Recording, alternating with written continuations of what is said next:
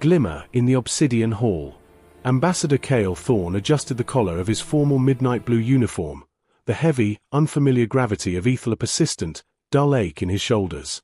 The obsidian halls of the KOLL Grand Embassy shimmered under faint blue light, reflecting the polished surfaces and the intricate, crystal-inlaid gowns of the KOLL diplomats. The KOLL, a civilization defined by their profound elegance and subtle telepathic culture, were notoriously difficult to read, their expressions carefully modulated to convey serene indifference. Cale was here to secure the crucial Viridian Resource Treaty, a document that could stabilize 3 human-aligned systems, and the pressure was a cold, constant knot in his stomach. He was making his rounds, offering practiced, dry pleasantries, when he saw her. Envoy Kylara was positioned near a holographic projection of the Ethel planetary nexus. She was undeniably the most striking being in the room, her silver-threaded robe catching the light, and her eyes, a crystalline violet, seemed to absorb and hold all the ambient illumination. She was engaged in a quiet conversation with another KOLL official, her posture regal but somehow inviting. Cale felt an unexpected rush of nerves, a feeling he hadn't experienced since his days as a junior aide. This wasn't professional admiration. It was a pure, visceral recognition of beauty and power. Gathering his resolve, he approached as the other official stepped away. "Envoy Kylara," Cale began, his voice a low, careful murmur, hoping the ambient sound would mask the slight tremor in it. He spoke the human truth without the usual diplomatic filter. "You look incredible. Truly breathtaking." He expected the polite, detached KOLL acknowledgement, a slight dip of the head, a placid, thankful tone. Instead, a subtle, slow curve lifted the corners of her lips, a genuinely amused, mischievous smile that utterly transformed her face. In the next instant, Cale felt a soft, cool pressure behind his eyes, a sensation like a single, perfectly played chord resonating deep within his skull. It was a clear, unspoken thought in a voice that was pure velvet.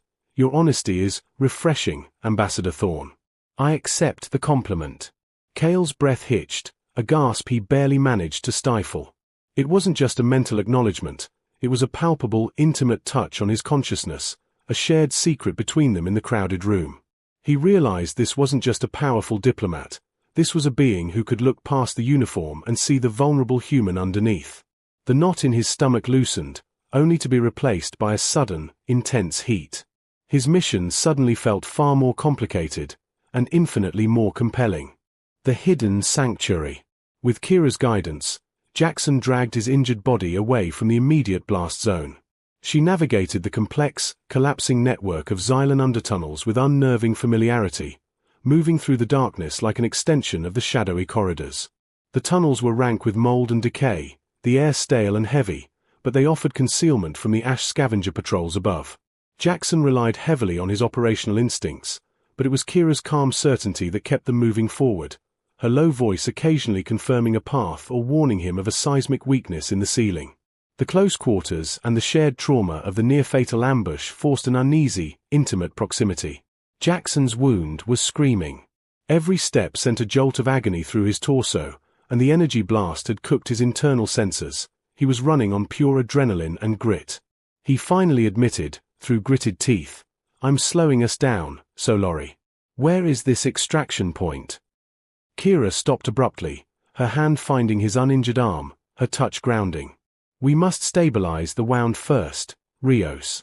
The extraction point is useless if you bleed out halfway there." She then revealed the true purpose of their journey. She wasn't just fleeing with data, she was retrieving a prototype phase array modulator, a device capable of scrambling the scavengers' command networks.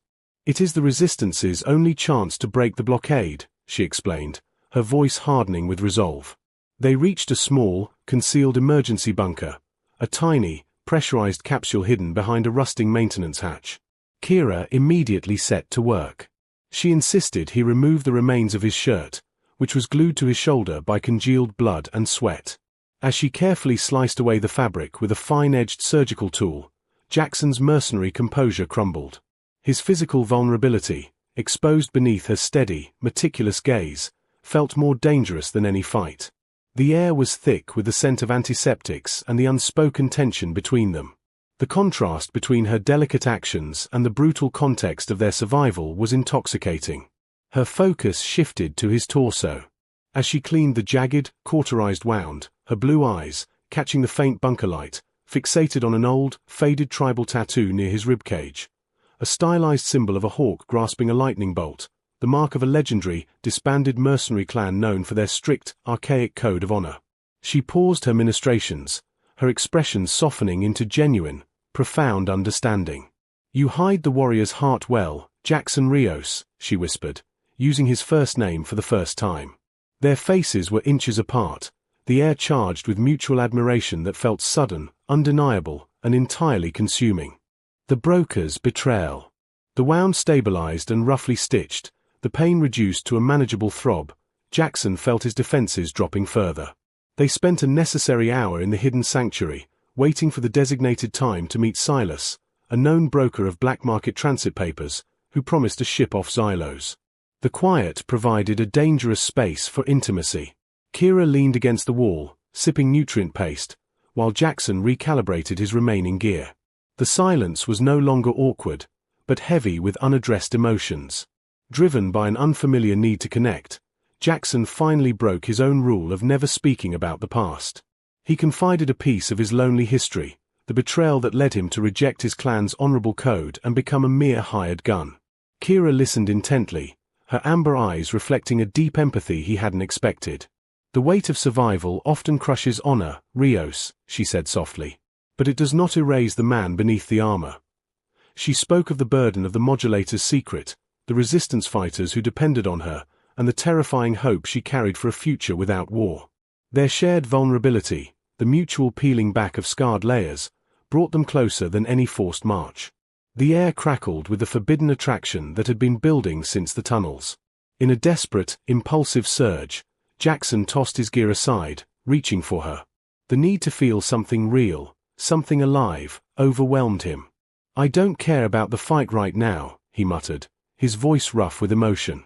He bridged the short distance, his good arm finding the back of her head, his touch careful yet urgent.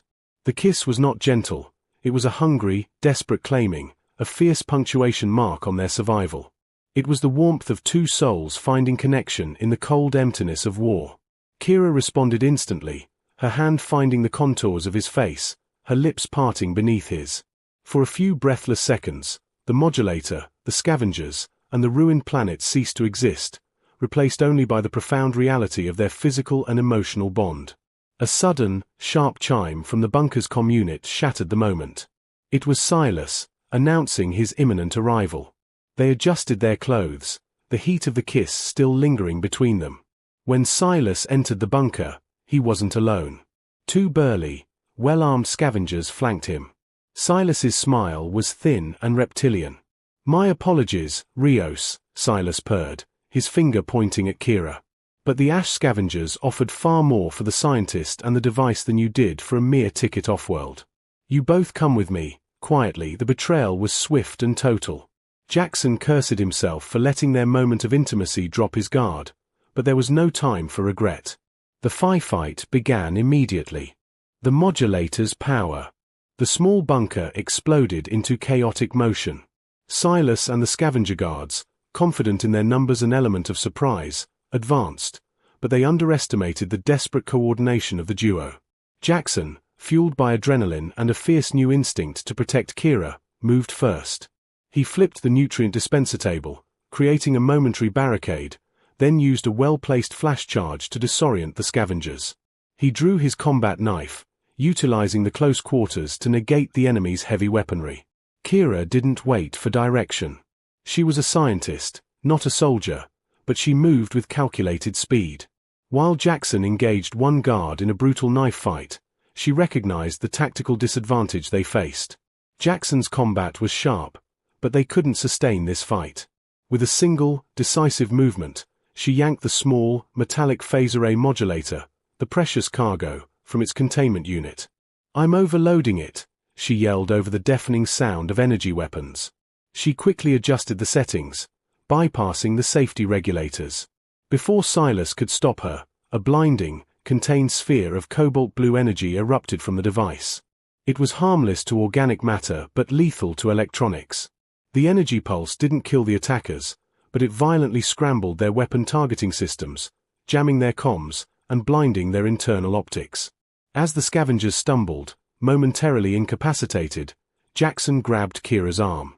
"Now, Rios," she commanded, directing them toward a rarely used ventilation shaft access panel near the ceiling. They scrambled up into the dark, greasy shaft just as the scavengers began to recover, their frustration manifesting in wildly inaccurate bursts of fire against the bunker walls.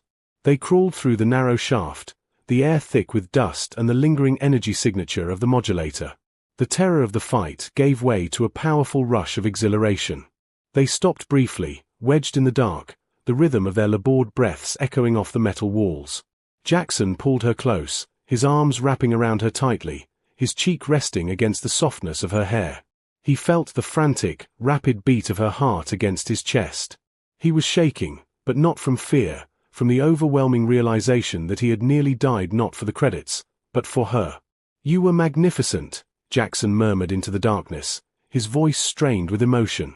"Reckless, but magnificent." The near-death experience, the shared victory, and the lingering electricity of their earlier kiss intensified the connection beyond measure. "This isn't just about survival anymore, Kira," he confessed, the sudden use of her first name a declaration. "What we have is worth more than any price." She tilted her head back, offering him a silent, profound agreement as she nestled closer to his protective warmth. Dawn on the Nexus. Kale and Kylara raced through the deserted morning corridors, their destination the high-security data nexus. They found Lord Valin and his deputy attempting to physically override the mainframe's data purge sequence. The air crackled with tension, the security alarms still screaming. Valin turned, his face a mask of cold fury upon seeing Kylara and Kale together. "Envoy Kylara, you betray the Syndicate for a human." His telepathic projection was a sharp, painful spike aimed at Kylara's mind, a direct attempt to force submission. Kylara flinched, but Kale immediately stepped closer, placing himself between her and Valin's force of will. He reached for her hand, grounding her. The moment their hands connected, Kylara's resonance flared, and she mentally rejected Valin's attack. "I betray only corruption, Lord Valin," she stated, her voice steady and powerful. "The evidence of your deputy's data manipulation is secured. We have the junior key signature, proving you fabricated the resource shortages." Valin's deputy panicked, lunging toward the console to complete the purge. Kale reacted instantly, tackling the smaller KOLL official away from the terminal. As they struggled, Kylara moved to the console, overriding the purge sequence with a newly discovered signature and broadcasting the evidence to the entire KOLL council. "It is done," Kylara announced, turning back to the room.